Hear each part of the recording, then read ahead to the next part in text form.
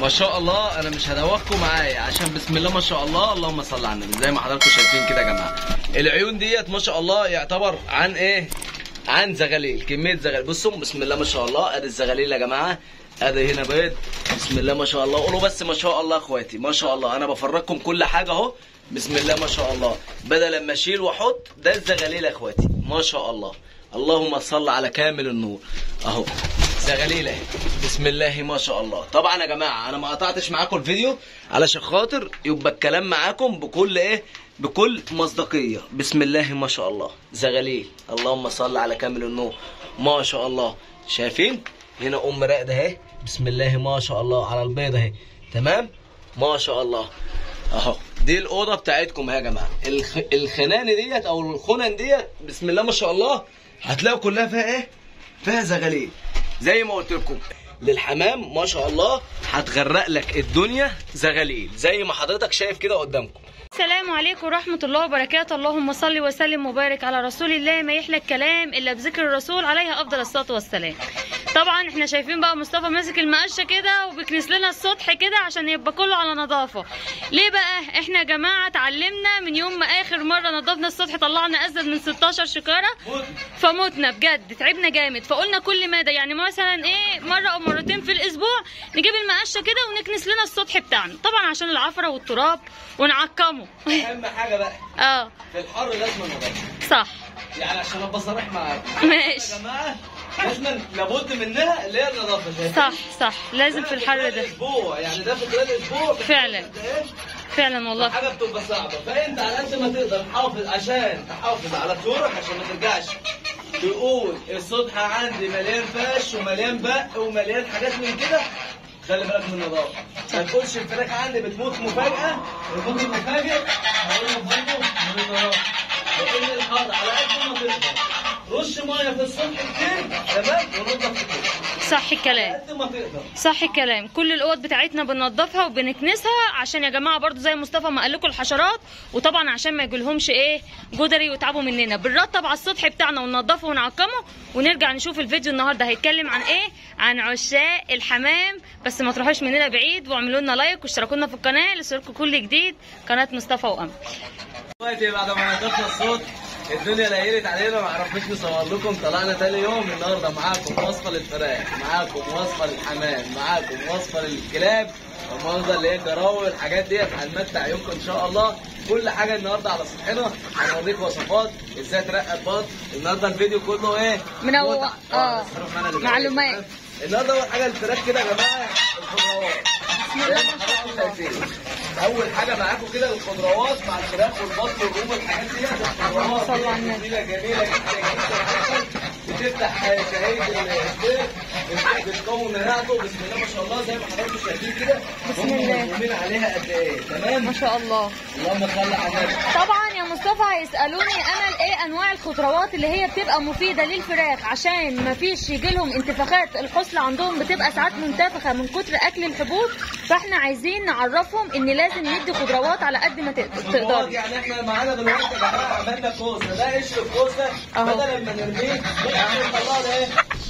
عندك جرجير، عندك فلفل، عندك كزبره، الحاجات دي جميله جدا ومفيده جدا جدا جدا بسم الله ما شاء الله عليها. تمام. ورقم واحد لزياده انتاج البيض يا جماعه من الخضروات اللي هو الكرات الاخضر. الكرات ده هتلاقيه موجود عند بتوع الخضروات. هاتي منه ربطه او ربطتين تقطعي لهم كده قبل اي اكل قبل اي حاجه تحطه له. استمروا معانا يا اخواتي في المتابعين والمشتركين بسم الله ما شاء الله. جربنا على 300,000 كل فايز هياخد 5000 جنيه بفضل الله لو جبنا 300,000 متابع لخلال 19/6/2024. شدوا حيلكم خلاص جربنا. صباح الفل يلا نخش على الحمام. حاجه يا جماعه نسبه الميه عند الحمام لازم تكون نظيفه، اهم حاجه عشان الجو حر. ونملى ميه ونغيرها مرتين كل يوم. تمام على قد ما تقدر غير ميه مرتين في اليوم اذا كان طيور اذا كان حمام. حلو الكلام؟ حلو الكلام. طيب انا الاكل بتاعنا عادي خالص اهو يا جماعه. تمام بسم الله ما شاء الله لا حول ولا قوه الا بالله. طيب الاكل ده بنحط عليه ايه بقى؟ قربي بقى عليا. بنحط حبه البركه. شايفين يا جماعه شكلها عامل ازاي؟ ايوه يا جماعه بصوا شايفين اهو ما شاء الله بسم الله ما شاء الله، لا حول ولا قوه الا بالله. حبه البركه ديت بتعمل ايه بقى يا امل؟ عرفيهم كده. بسم الله ما شاء الله، الجميع انواع الطيور يا مصطفى بتساعد على زياده الخصوبه عند الحمام، وبتساعد على زياده حجم الزغاليل. تعال نشوف اما الحمام ياكل. في يا جماعه فيتامين كويس جدا يا جماعه عشان الزغاليل الصغيره، عشان كبر حجم الزغاليل، عشان في ناس كتير بتقول احجام الزغاليل عندها ضعيفه ما بتكبرش. حط حبه البركه، هي اسمها الحبه السوداء او حبه البركه، دي بنحطها لجميع انواع الطيور زي ما قلنا لكم، بس بزياده حبتين بنحطها للحمام. بسم الله ما شاء الله، بتعمل على زياده نسبه الخصوبه عند الذكر، وما شاء الله يعني بتدي صحه كويسه للنتايه.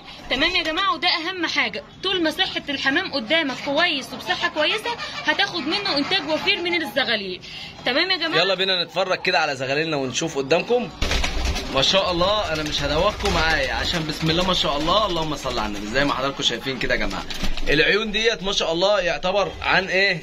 عن زغاليل، كميه زغاليل. بصوا بسم الله ما شاء الله، ادي الزغاليل يا جماعه، ادي هنا بيض.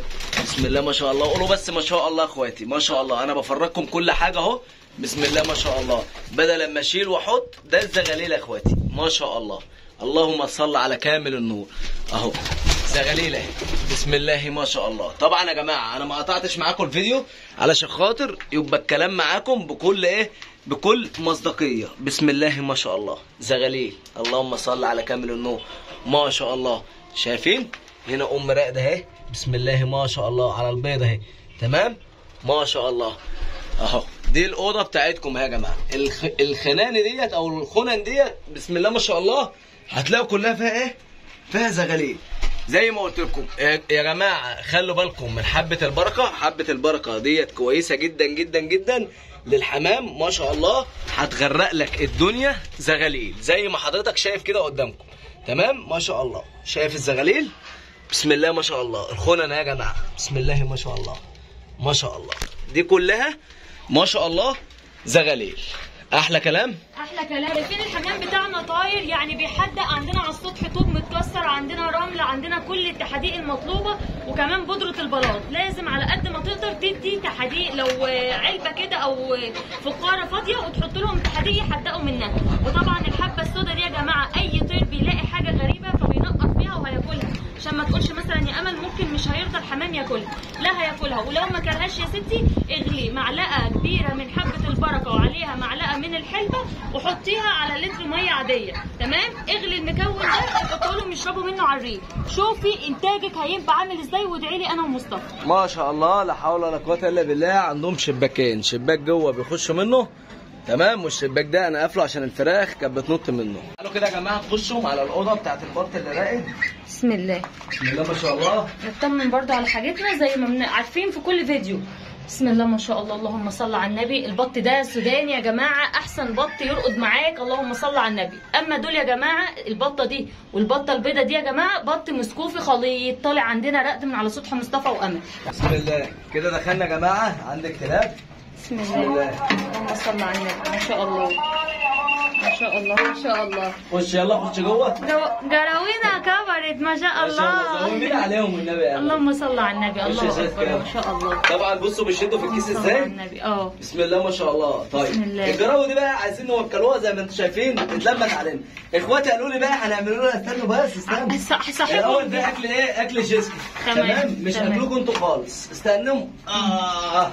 تعالي. ايوه يا جيسكا كده. كل انت يا جيسكا. تعالوا بقى انتم كده نشوفوه الاختراع اللي انتوا اخترعتوه علينا وقلت لنا ايه نعملوه. تمام يلا بينا. بسم الله ما شاء الله. ده ايه بقى؟ لا استنوا ولا استنى، خلي بالك اللي ينزلوا في قلبه بس. والله ما انا عارف بقى. ده ايه بقى يا جماعه؟ ده قرص على بقسماط على 3 بيضات. تمام على كوبايتين لبن على شويه ميه ايه صغيرين. تمام نشوفوا كده الجراوي بتاعتنا هتاكلوا ولا مش هتاكلوا. ده والله العظيم انا اول مره ابدا معاهم الموضوع ده بصراحه. لسه قدامكم عينيكم كده، كل حاجه قدام عينيكم، اول تجربه. خش جوه. تمام شايفين الكلاب برضه رايحه تاكل ايه؟ يا نهار ابيض. تعالوا هنا، رايحين فين؟ تعالوا بس تعالوا، هاتهم يا مصطفى على الاكل ده وريه لهم يمكن مش شايفين. بسم الله شايفين يا جماعه. اللهم صل على النبي. الله اكبر ما شاء الله ما شاء الله. ده رصاصي، ده حتى لونه مختلف يا جماعه. شوفوا الرصاصي لونه مختلف. خش يا جيسكا كلي اكلك بقى. وده اسمر اهو ما شاء الله. بسم الله. وده رصاصي ما شاء الله. حاول اجيبهم بس كلهم هنا. وماله صح. بسم الله. دوقهم طعم الاكل بس. بسم الله ما شاء الله ما شاء الله. اهو يا جماعه تجدعنوا معانا، نفسنا نفرحوكم يا جماعه عشان خاطرنا. مشتركين ومتابعين قناه مصطفى قمر راحوا فين؟ حبايبنا اخواتنا اللي بتابعونا، استاذ حسين من طنطا، استاذه هاله من الشرقيه، اكتبوا لنا اساميكم عشان عايزين نقولوا اساميكم والله بجد. والله قولوا لنا عشان نتعرف عليكم. كفايه بس لما بتكتبوا لنا تعليق حلو زي ده بيبقى على راسنا من فوق. بسم الله ما شاء الله. خش. يلا معلش هتتعب معاهم في الاول لحد ما يتعودوا. ما هو اول مره فهم ايه؟ ما شاء الله مستغربين. ما شاء الله. مستغربين ده ايه؟ مستغربين صحيح. الله اكبر عليهم ما شاء الله. عايزين يخش على أكل. بص مصممين يا مصطفى، مصممين. شوف عمالين بيلفوا حوالين نفسهم. تعالوا يا ولاد. الله ما شاء الله. كلوا هنا. الرصاصي مطيع شويه. الرصاص مطيع. لا لا لا لا لا جيسكا هتموت. في حد قال لي لما الكلبه كده بتهوع على عيالها فهي خايفه عليهم من الاكل، مش عايزاهم ياكلوا الاكل ده. تمام. بس يا جيسكا خلاص عيب، انت هتاكلي عيالك ولا ايه؟ خليهم يتعلموا الادب. عامله زي الام لما بتزعق لابنها لما بيعمل حاجه غلط. واحد جرس تخاف بره الباب.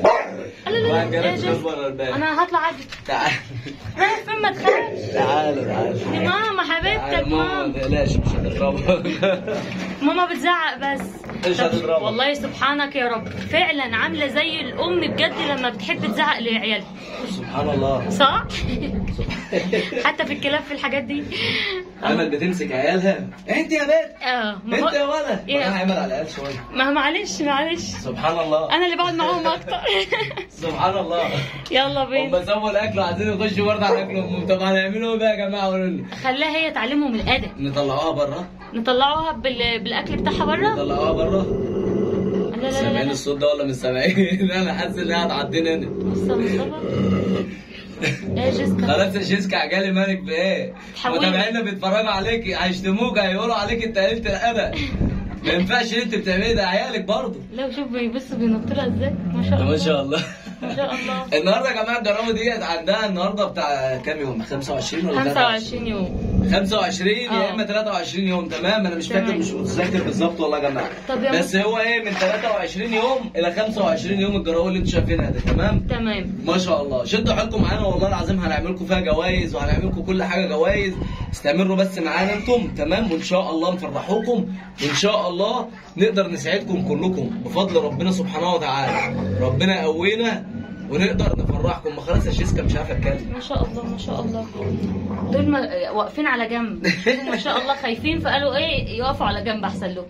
شايفين الجراوه الرصاصي ده يا جماعه؟ ما شاء الله يا مصطفى ما شاء الله. حاجه غريبه بصراحه الجراوه الرصاصي دي. بسم الله ما شاء الله. دلوقتي بقى اللي هناك اللي على الاكل انت علقت على دول خلاص؟ لا بص دول بقى بايعين امهم، والنبي زعقي زي ما انت عايزه.